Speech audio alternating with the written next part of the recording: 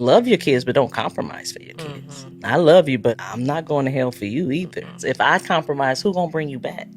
It was a clip. I don't know how old it is. I would love if you reshared it here. It was about you praying for your son. I knew he wasn't where he needed to be in the Lord, but he wanted to try living abroad, and I didn't want him to go. And even on his flight over there, he told God, whoever gets me first, me or the devil, that's the way I'm going. Wow. So I looked at my husband, I was like, you gonna let him go? He's like, bae, he is grown, and this is what he wants to do, so we're gonna pray for him, and we're gonna trust God.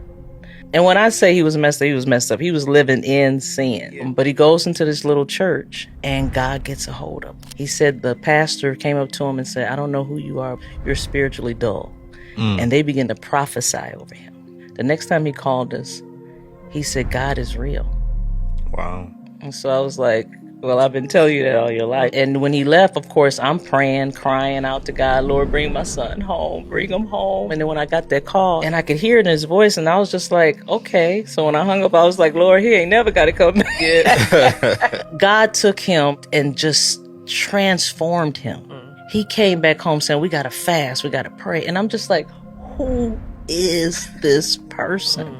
And I just begin to thank God. And I remember the Holy Spirit saying, I did all of this and you were nowhere around. Woo. And I said, you did. Yeah. I love to encourage parents to just trust God, you know? Yeah, cry out, pray for him, fast, but worrying, no.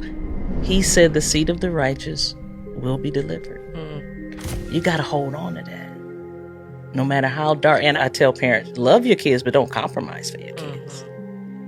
I love you, but I'm not going to hell for you either. Because my thing is, if I compromise, who gonna bring you back?